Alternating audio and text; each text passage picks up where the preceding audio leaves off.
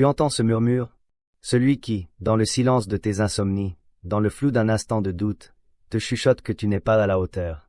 Que d'autres ont reçu un don, une grâce, une étincelle divine que tu ne possèdes pas. Que tu es né avec un handicap invisible. Que tu pars avec un retard impossible à combler. Écoute-le bien, ce murmure. Et maintenant, reconnais-le pour ce qu'il est, le premier mensonge. Le plus toxique. Le poison lent qui anesthésie l'ambition avant même qu'elle ne prenne son premier envol. C'est ce mensonge, cette fiction rassurante pour les lâches, que nous allons démembrer ici, cellule par cellule. Alors abonne-toi, reste jusqu'au bout et active la cloche des notifications pour ne rien rater de nos prochaines vidéos. Fais le noir autour de toi si tu le peux. Et écoute. De toutes tes oreilles. Ne décroche pas. Ne laisse pas ta pensée divaguer vers ce qui est facile. Ce que tu vas entendre pourrait bien être l'antidote que tu cherches depuis toujours. L'arme qui permettra d'éteindre ce murmure à jamais. La vérité est simple. Elle est brutale. Et c'est précisément pour cette raison que la majorité des hommes préfèrent l'ignorer, l'enfouir sous un tas de contes de fées modernes. La voici, nue, crue, la discipline bat le talent. Toujours. Sans exception. Le talent, vois-tu, est un cadeau empoisonné. Une belle maison de maître, aux façades impressionnantes, construite sur une dune de sable mouvant. Il séduit. Il brille au soleil. Il promet des fêtes somptueuses et des nuits sans souci. Il fait croire à celui qui le possède et, plus dangereux, à ceux qui l'entourent que les lois communes, les lois de l'effort, de la répétition, de la sueur, ne s'appliqueront pas à lui. Qu'il peut se permettre de négliger les détails. De procrastiner. De jouer avec son temps comme si c'était une ressource infinie. Le talent le flatte, il nourrit son ego, et dans cette flatterie constante, il l'affaiblit. Il endort ses instincts de survie. Il lui fait oublier que le monde est une jungle, pas un salon. Pendant ce temps, dans l'ombre froide et humide que le talent méprise, se tient un autre. Celui qui n'a pas reçu ce cadeau enveloppé de soi. Ou si peu qu'il a compris son insignifiance. Cet homme-là, cette femme-là, se lève chaque jour avant l'aube. Il affûte sa lame, encore et encore, jusqu'à ce que le tranchant lui brûle les yeux. Il répète le geste, non pas 10 fois, mais 100, jusqu'à ce qu'il devienne un réflexe, une extension de sa propre volonté. Il trace son sillon, jour après jour, semaine après semaine. Aucun applaudissement ne ponctue son labeur. Aucune reconnaissance immédiate ne vient éclairer sa route. Il bâtit. Pierre après pierre. Mortier après mortier. Il bâtit sa forteresse.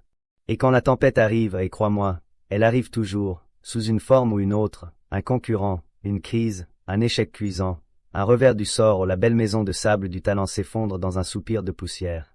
Les invités fuient. Les lumières s'éteignent. Il ne reste que les ruines d'une illusion. La forteresse de pierre, elle, tient bon. Elle grince peut-être sous l'assaut, mais elle tient.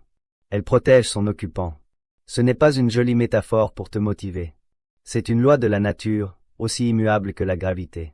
Regarde la nature, justement. L'eau qui coule, goutte à goutte, insipide, sans couleur, sans volonté apparente. Elle finit par creuser le canyon le plus profond, par user la pierre la plus dure. Elle ne possède aucun talent. Aucune étincelle magique. Seulement une discipline implacable. Une présence constante. Une direction fixe. Voilà ton modèle. Ne regarde pas l'éclair qui déchire le ciel et disparaît. Regarde la rivière. Pour emprunter cette voie, tu dois d'abord accepter son prix d'entrée. La solitude. Pas la solitude subie, mélancolique. La solitude stratégique. Choisie. Machiavel, ce vieux Florentin aux yeux perçants, l'avait compris en observant la cour des princes. Il ne voyait pas de magie dans le pouvoir qui dure, pas de droit divin qui résiste aux réalités. Il voyait des choix, des calculs faits à froid, une froideur nécessaire, qu'il appelait vertu, la force, la vitalité, la capacité d'agir avec une volonté de faire. Le prince, écrivait-il, celui qui veut fonder un État qui survive à son règne, ne peut pas se fier aux louanges de la cour. Pourquoi? Parce qu'elles sont volatiles.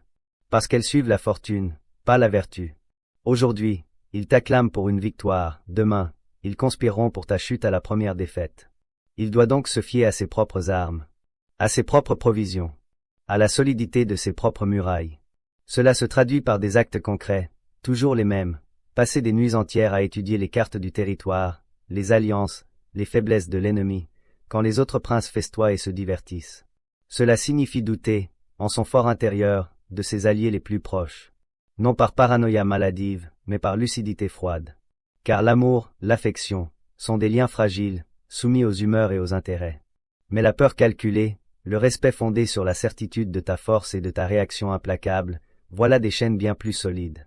Ta discipline, ta capacité à agir selon un plan supérieur à tes émotions, est ta principauté. Et toi seul en es le souverain. Ce souverain ne règne pas par des discours devant la foule. Il règne dans le silence absolu de son cabinet, face au compte réel de son royaume. Cette souveraineté, elle s'exerce dans le froid de l'aube, quand tu es seul face à la page blanche, face à la barre de traction, face au projet que tu as promis d'achever. Personne ne te regarde. Personne ne te félicite. Aucune audience ne t'applaudit pour être sorti du lit. C'est là, dans cette solitude sans témoin, que tu forges ton vrai pouvoir. Si tu as besoin des encouragements d'un ami, des likes sur un réseau, d'un mot gentil pour mettre un pied devant l'autre, alors tu n'es pas un souverain. Tu es un vassal, un serviteur. Ton maître s'appelle l'approbation des autres. Et ce maître est un tyran capricieux. Brise ce lien. La première libération est de n'avoir à rendre des comptes qu'à la loi que tu t'es toi-même donnée. Parlons de cette force intérieure, puisqu'elle est le moteur de tout. Ne l'imagine pas comme un cri de guerre, un rugissement qui fait trembler les murs. C'est tout le contraire. C'est un murmure glacial. C'est la petite voix atone, presque monotone, qui se fait entendre quand tout ton corps, toute ton âme, hurle à l'unisson pour que tu arrêtes. Quand la douleur est là, brûlante. Quand la fatigue est une chape de plomb. Quand le découragement te souffle à l'oreille que cela ne sert à rien. C'est à ce moment précis que la voix du murmure glacé dit. Une répétition de plus. Une page de plus. Reste assis encore 1 heure. Cette voix, on ne la naît pas avec. Personne ne la reçoit en cadeau. On la construit. Littéralement, comme un muscle. Au début, elle est faible, chétive. Un petit filet à peine audible sous le vacarme de tes excuses. Mais chaque fois que tu lui obéis ou que tu choisis l'inconfort contre le confort immédiat, l'effort contre la facilité, tu la nourris. Tu l'as densifiée. Chaque renoncement à la paresse est une répétition pour ce muscle. Et comme tout muscle, il grossit. Il devient plus dur, plus résistant. Jusqu'à devenir, peu à peu, le pilier central de ton être. Le squelette de ton caractère. Cette force, c'est ta seule armée personnelle. Une armée de fantômes fidèles, qui ne se mutinent pas, qui ne demandent pas de solde, qui ne réclament que l'ordre d'avancer. Sa seule condition, que tu ne la trahisses pas toi-même. La trahir, c'est capituler devant la première résistance. C'est te regarder dans le miroir le matin en te promettant une journée de combat, et capituler à midi devant l'appel du canapé et de l'écran. C'est faire ce serment intime et le briser avant même que le soleil n'ait parcouru la moitié du ciel. Chaque fois que tu fais cela, tu n'es pas simplement indulgent. Non. Tu es un général qui fait exécuter un de ses propres soldats les plus loyaux. Tu décimes tes propres rangs. Tu sabordes tes propres défenses. Et viendra inévitablement le jour du vrai combat, de la vraie épreuve, de la vraie opportunité qui nécessite toute ta résistance, et ce jour-là, tu te retourneras pour donner l'ordre à ton armée, et tu ne trouveras qu'une caserne vide. Tu les auras tous fusillés un à un, dans de petites lâchetés insignifiantes. Ne fais pas cela. Préserve tes soldats. Obéis au murmure glacé. Cela nous amène à l'arme suprême, la lucidité. C'est la lame la plus tranchante que tu puisses forger. Elle ne sert pas à frapper les autres. Elle sert à trancher les illusions. À voir le monde tel qu'il est, dans toute sa nudité parfois laide, pas tel que tu voudrais, tel que tu espères, ou tel qu'on te le vend. Les êtres humains adorent les histoires. C'est notre drogue. Les histoires du génie naturel de 15 ans qui résout des équations en rêvant. De l'artiste maudit dont le talent explosif était trop grand pour ce monde. De l'entrepreneur chanceux qui a eu la bonne idée au bon moment. Ce sont des contes pour enfants. Des berceuses pour endormir les masses et les maintenir dans la passivité. Pour qu'elles croient que leur sort est écrit dans les étoiles, dicté par un destin obscur, et non sculpté, minute par minute, par leurs propres actions, leur propre négligence, leur propre lâcheté quotidienne. Sois lucide. Arrache le rideau de la scène.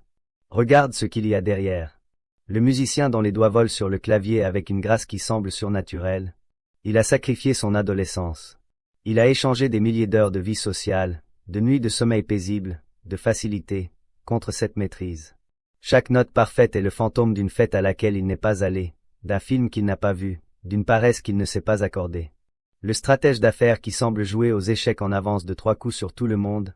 Il passe ses soirées, ses week-ends, à analyser des montagnes de données ennuyeuses, l'histoire financière de ses concurrents, les tendances du marché, les biographies des décideurs. Pendant ce temps, ses pairs réseautent, dans des bars, ou se détendent, devant des séries. Ils ont fait un échange, l'illusion d'un présent agréable et distrait contre la réalité d'un futur sous contrôle. La lucidité, la plus difficile, c'est de se l'appliquer à soi-même. De se voir nu. Voir tes propres faiblesses non pas avec complaisance ou désespoir, mais avec le regard froid d'un ingénieur qui évalue les points de rupture d'une structure. Cette tendance à procrastiner dès que la tâche devient complexe. Cette susceptibilité aux critiques. Cette gourmandise pour la validation externe. Ces peurs irrationnelles qui te paralysent. Connais-les. Cartographie-les.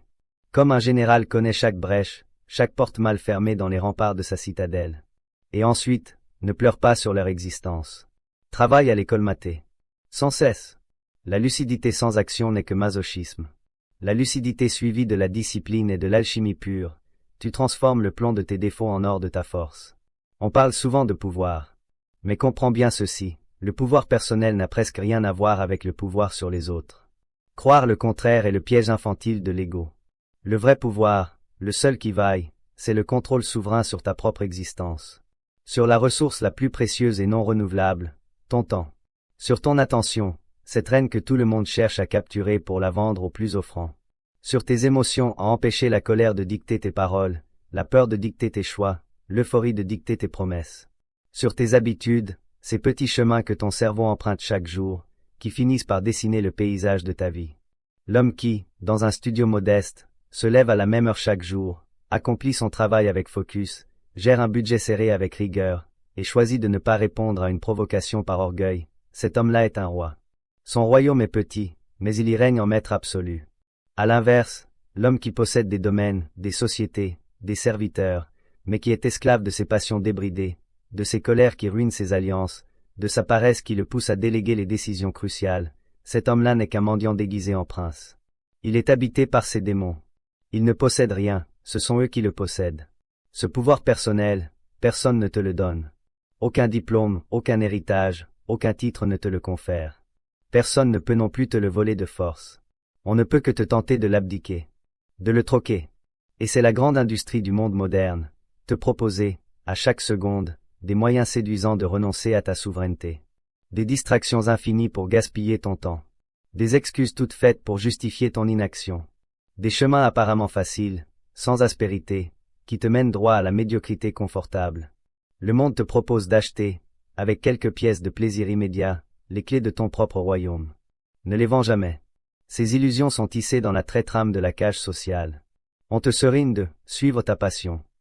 Comme s'il suffisait de trouver cette chose magique pour que tout devienne facile, fluide, joyeux. C'est un leurre dangereux. La passion est un feu de paille. Elle s'embrase vite, crépite, jette une lumière vive et chaude, et puis, elle s'éteint. Elle ne laisse que de la fumée qui pique les yeux et des cendres froides. Elle est dépendante de l'humeur, de l'inspiration, des circonstances. La discipline, elle, n'est pas un feu. C'est un four. Une chaleur constante, réglée, monotone, qui ne varie pas. Elle n'est pas spectaculaire. Elle est terriblement efficace. Elle chauffe à la bonne température, jour après jour, et transforme la matière brute, ton potentiel informe, en un objet de valeur, solide, durable. On ne célèbre pas le four. On célèbre le vase fini. C'est là que réside la grande supercherie. Les réseaux sociaux, les médias, célèbrent le talent, le climax, le résultat spectaculaire. On montre le saut parfait, pas les 1000 entorses et les nuits de glaçons sur la cheville. On montre le discours électrisant, pas les centaines d'heures de travail sur le texte, face au mur, à se répéter jusqu'à l'écœurement. Cette célébration du sommet sans la montagne est une arme de distraction massive. Elle conditionne les esprits à chercher la reconnaissance avant la compétence, la forme avant le fond, l'apparence du succès avant sa substance réelle. Elle crée une génération de prestidigitateurs, habiles à créer l'illusion de la maîtrise, mais dont les mains sont vides dès qu'on éteint les projecteurs. Ne sois pas dupe. Comprends même ceci, le monde, dans son confort médiocre, aime les talents inaboutis. Il les adore. Pourquoi? Parce qu'ils sont inoffensifs. Ils brillent un instant, font rêver, et puis s'évanouissent. Échec final, souvent dû à un manque de discipline, à l'incapacité de traverser le désert entre l'étincelle et l'incendie, rassure tout le monde. Il conforte la croyance que la grandeur est impossible, réservée à des êtres d'exception qui finissent toujours par se consumer. Ce que le monde redoute vraiment, c'est la personne disciplinée. Car elle est imprévisible dans sa constance même. On ne peut pas la cataloguer. On ne peut pas la décourager avec un échec, car pour elle, l'échec est une donnée, un feedback, pas une sentence. On ne peut pas la flatter pour la détourner de sa route, car elle ne tire pas son carburant des louanges. On ne peut pas la briser avec une critique, car sa valeur est validée par l'accomplissement de ses propres standards, pas par l'opinion d'autrui. Elle avance, méthodiquement, implacablement. Elle devient, à force de constance, une force de la nature. Et on ne négocie pas avec une force de la nature.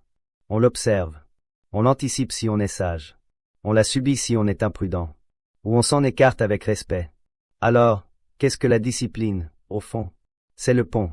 Le seul pont viable entre le continent brumeux de tes volontés, de tes rêves, de tes « je voudrais », et le continent rocheux et tangible de la réalité. C'est l'outil qui sculpte le destin. Elle n'est pas glamour. Elle n'a rien d'héroïque sur le moment. Elle est terre à terre, presque ennuyeuse. Elle se définit par une formule d'une simplicité déconcertante. Faire ce que tu as dit que tu ferais, quand tu as dit que tu le ferais, de la manière dont tu as dit que tu le ferais. Point. Même si tu n'en as pas envie. Surtout si tu n'en as pas envie. C'est l'antidote au chaos, à la chance aveugle, au hasard idiot. Elle te sort du jeu de la loterie, où tu n'es qu'un numéro passif attendant le tirage, pour te placer résolument sur l'échiquier. Sur l'échiquier, tu as une agence. Tes décisions comptent. Chaque coup, même petit, prépare le suivant. Il n'y a pas de coup de chance décisif qui mate l'adversaire seul. Il n'y a qu'une accumulation de coups corrects, positionnels, qui crée inexorablement un avantage, puis un avantage écrasant, puis la victoire. Machiavel, dans sa sagesse froide, parlait de la fortuna.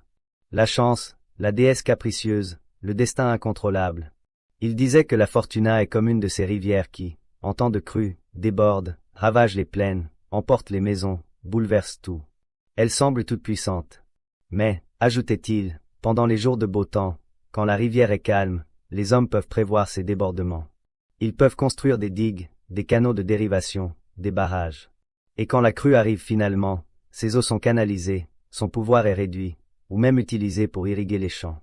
La discipline, c'est ce travail de terrassement, de maçonnerie, pendant les jours calmes. C'est l'entraînement quand tout va bien. C'est l'étude quand il n'y a pas de crise. C'est l'économie quand les revenus sont stables. Le talent, lui, fait confiance à la douceur éternelle de la rivière. Il construit sa maison sur la berge, séduit par la vue. Et quand les eaux montent, il est le premier à être emporté, criant à l'injustice du sort. Ce jeu demande de porter des masques. Ne sois pas naïf. Tout le monde en porte. La société est un bal masqué permanent. Le talent est souvent un masque magnifique, incrusté de paillettes, qui cache un visage marqué par la peur du travail acharné qui révélerait que le talent n'était qu'un vernis. La gentillesse permanente peut être un masque en carton-pâte qui cache une lâcheté profonde, une incapacité à dire non, à confronter, à déplaire. La confiance tonitruante peut masquer un gouffre de doute et de besoin de validation. Tu dois apprendre à porter les tiens. C'est une compétence de survie. Un outil pour naviguer dans le bal sans te faire piétiner, pour obtenir ce dont tu as besoin sans tout dévoiler. Mais, et c'est le point crucial, dans le sanctuaire de ton fort intérieur, dans la solitude absolue de ta chambre, tu dois les enlever tous. Un par un. Et regarder, sans ciller, ton visage nu. Le vrai. Celui avec ses pores, ses cicatrices, ses faiblesses honteuses, ses envies mesquines, ses peurs d'enfant. C'est avec cet homme-là, avec cette femme-là, que tu dois traiter. Fais un pacte de sang avec cette personne réelle, pas avec l'avatar brillant que tu projettes dans le monde. La discipline, dans son essence la plus pure, n'est rien d'autre que le respect scrupuleux de ce pacte intérieur. Quand tu te promets à toi-même, dans le silence de tes pensées, que demain tu courras à 6 heures, et que 6 heures arrivent, froides, sombres, et que ton lit est doux, c'est à ce visage nu dans le miroir, encore gonflé de sommeil, que tu dois rendre des comptes. Pas à ton coach, pas à tes abonnés, pas à tes amis. À toi. Trahir cette promesse intime, c'est la pire des trahisons. Elle ne laisse pas de témoins, pas de conséquences sociales visibles. Mais elle corrode le ciment de ton être. Une fois, 2 fois, cela passe. 100 fois, et tu n'es plus qu'une coquille vide, un gouvernement qui ne respecte pas ses propres lois, un État en déliquescence. Les trahisons des autres? Elles sont attendues. Elles font partie du jeu. Machiavel le disait sans le moindre pathos, les hommes sont ingrats, changeants, simulateurs, fuient les dangers, sont avides de gains. S'attendre à autre chose de leur part est une naïveté coupable. Tu ne dois donc compter que sur ce que tu peux contre-étuler absolument. Tes propres actions, tes propres préparations, tes propres ressources. Le reste est vent et poussière. De cette pratique constante émerge une force particulière, et avec elle, une psychologie du pouvoir très simple à déchiffrer. Les gens, qu'ils l'admettent ou non, suivent la force. Pas la force bruyante, théâtrale, celle qui tape sur la table. Cette force-là est souvent le masque de la faiblesse. Non, ils suivent la force calme, évidente, inébranlable, celle qui n'a pas besoin de s'affirmer. Cette force émane directement de la discipline incarnée. Quand les autres perçoivent, jour après jour, que tu es une loi pour toi-même, qu'aucune humeur passagère, aucune distraction à la mode, aucune difficulté imprévue ne te fait dévier de ton cap, ils commencent à te prêter un respect instinctif, presque animal. Ils sentent, intuitivement, que tu es gouverné par des principes plus stables, plus fiables, que les leurs, qui sont gouvernés par les vagues changeantes de l'émotion et du confort immédiat. Cette perception, cette aura de fiabilité et de volonté, devient un pouvoir social. Les gens t'écoutent plus. On te fait plus confiance pour les projets difficiles. On hésite à te défier inutilement. Mais attention. Voici le piège absolu. Ce pouvoir social ne doit jamais être le but. C'est un effet secondaire, un sous-produit de ton pacte intérieur. Si tu poursuis cet effet, si tu commences à faire les choses, pour paraître discipliné, tu as déjà perdu la source. Tu as corrompu le processus. Tu es retourné au bal masqué. La source, le puissant lequel tout s'assèche, doit toujours, rester le pacte que tu as signé avec ton visage nu dans le miroir. Tout le reste n'est que décor. C'est cela, l'autonomie ultime. La vraie liberté. Dépendre des autres pour ta motivation. Il me faut un coach qui me hurle dessus. Pour ta validation. J'ai besoin que mon boss me dise que c'est bien. Pour ton plan. J'attends qu'on me dise quoi faire. C'est être comme un marionnettiste qui aurait gentiment donné toutes ses ficelles à la foule. Ils te feront danser. Ils te feront avancer, reculer, tomber, selon leurs humeurs, leurs intérêts, leurs propres distractions. L'art de ne dépendre que de soi, c'est couper ses ficelles, une à une, avec un couteau bien affûté. C'est devenir, simultanément, l'auteur qui écrit le scénario de ta vie, le metteur en scène qui en organise les mouvements, et l'acteur principal qui l'incarne. Au début, cela exige de tout faire soi-même. Apprendre seul, dans les livres, dans les échecs. Se former, par la pratique obstinée. Échouer seul, sans public pour compatir. Se relever seul, dans le silence. C'est un chemin aride, sans ombre. Il n'y a personne à blâmer, mais aussi personne à remercier, sauf toi. Mais à son terme, il offre une récompense d'une valeur incalculable, la propriété totale, incontestable, de ton existence. Tes succès sont tiens, entièrement, sans dette envers un mentor ou un coup de chance. Tes échecs sont tiens, et donc les leçons en sont pures, non filtrées par la compassion ou la malveillance d'autrui. Tu n'es plus un locataire précaire dans ta propre vie, soumis au bon vouloir d'un propriétaire, les circonstances, l'opinion des autres, la chance. Tu en es le propriétaire souverain, libre d'y faire les modifications que tu veux, d'y ajouter des étages, d'en consolider les fondations. Cette propriété, personne ne peut te l'ôter. Alors, maintenant, agis. Oublie une bonne fois pour toutes le don que tu penses ne pas avoir. Il n'a jamais été la clé. Oublie l'injustice du départ, le terrain désavantageux. Le terrain est toujours désavantageux pour celui qui regarde en arrière au lieu de creuser là où il est. Oublie les autres qui semblent, à cette seconde, avoir avancé plus vite, avec plus de grâce, moins d'efforts. Ce sont des mirages. Des ombres portées par la lumière trompeuse de l'instant. Concentre-toi sur le geste. Le geste simple, répété, ennuyeux à la longue. L'écriture de la ligne. La poussée de la répétition. L'étude de la page. Fais-le aujourd'hui. Puis, demain, quand tu te réveilleras, fais-le à nouveau. Ne cherche pas l'explosion spectaculaire, la transformation fulgurante qui impressionnera la galerie. Cherche l'accumulation sourde, invisible. Chaque jour où tu respectes ton pacte, où tu obéis au murmure glacé, tu déposes une brique solide, bien alignée, sur la rangée précédente. Tu ne verras pas la forteresse se dresser en un jour. Tu ne la sentiras même pas grandir. Mais un jour, inévitablement, tu te retourneras, peut-être à la faveur d'un choc, d'une tempête, d'une demande qui aurait écrasé l'ancien toi. Et tu constateras, avec une surprise froide, que tu es protégé. Que des murs épais, que tu as toi-même posés sans y penser, se dressent entre toi et le chaos. Rien ni personne ne pourra les abattre rapidement. Tu seras devenu, par la seule magie noire de la répétition quotidienne, une forteresse vivante. Et le talent? Il viendra frapper à ta lourde porte de chêne. Il sera là, dehors, épuisé, grelottant, usé par ses propres caprices, par l'inconstance de sa nature. Il cherchera refuge. Un abri contre les tempêtes qu'il ne sait pas affronter. Tu pourras lui ouvrir, par pitié, ou par calcul. ou tu pourras le laisser à la merci des éléments. Ce sera ton choix. Un choix souverain. Parce que le pouvoir, le vrai, sera entre tes mains. Des mains calleuses, striées de cicatrices, forgées par l'effort répété. Pas des mains délicates, douces, qui n'ont été caressées que par les vents favorables de la chance. Alors, si ces mots résonnent en toi, abonne-toi et active la cloche de notification pour les prochaines vidéos. Souviens-toi de cela. Grave-le sous ta peau. Et surtout, ne remets pas à plus tard. N'attends pas un signe. Le signe, c'est ta décision dans l'instant. Applique-le dès maintenant. Pas demain. Pas lundi, ce mensonge universel. Pas quand j'aurai fini ceci. Maintenant. Le premier coup de ciseau qui entame le bloc de marbre informe de ton destin, c'est celui que tu décides de donner dans l'instant qui suit la fin de cette phrase. Il n'y a pas de cérémonie d'ouverture. Pas de feu d'artifice. Il n'y a que toi, et l'action la plus simple, la plus immédiate, que ton pacte exige.